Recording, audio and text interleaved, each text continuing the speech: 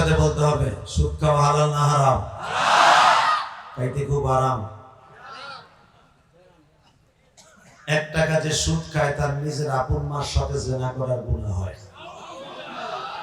এখন সুদ ভালো করে খান, সুদের টাকা লয়ে বিদেশ যান, শীতের টাকা নিয়ে বিল্ডিং করেন, যতদিন পর্যন্ত বিদেশ বসে আপনি ইনকাম করবেন সব হারাম। পোলাপনে খাওয়াবেন, একটাও মানুষ হবে না। বউ লেগে পাঠাবেন, বউ আরেকজনের লেগে আপনার স্বাস্থ্য লাগে ভেঙে যাবে। অতএব বলেন সুদ খাবো না, কথা বলেন সুদ খাবো না, হারাম খাবো না, হালাল খাবো, অল্প খাবো, হালাল খাবো, হিংসা। গেটের সামনে যারা দাঁড়ায় আছেন বসে পড়েন। ভলান্টিয়াররা যারা ওয়াজ কমিটি আছো সব বসে পড়ে, তোমাকে এখন কোনো কাম নাই, তোমরা ওয়াজ শুনবা না, একটু পরে করবা যে কি ওয়াজ করলো, চিংটম পাকালে চিপালা চা। মগাগুলোর তাবিজ একটা গায়ে দিয়ে গলায় দিয়ে খালি ঘুরে, ওয়াজ শোনে না। কথা বলেন না কেন? এখন রাত 10:30টার কাছাকাছি। আমি এই বছরের ভিতরে 10:30টা কোনোদিন ওয়াজের মাঠে উঠি নাই।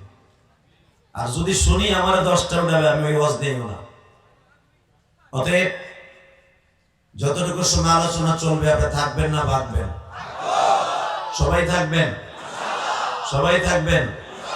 আল্লাহকে হাত উঠে দেখান তো কে কে ভাগবেন।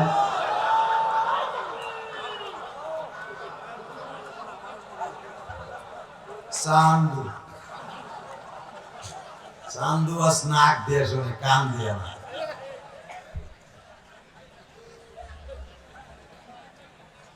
একসাথে বলতে হবে, সর্বময় ক্ষমতার মালিক কে? আল্লাহ আছে না নাই? বিশ্বাস হয়?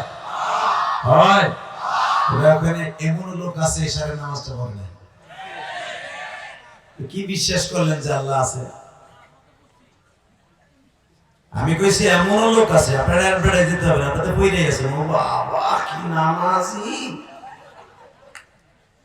এই মুসলমানের পোলা আওয়াজ দিয়ে বলেন, নামাজ পড়া কি না গরজ? গরজ না?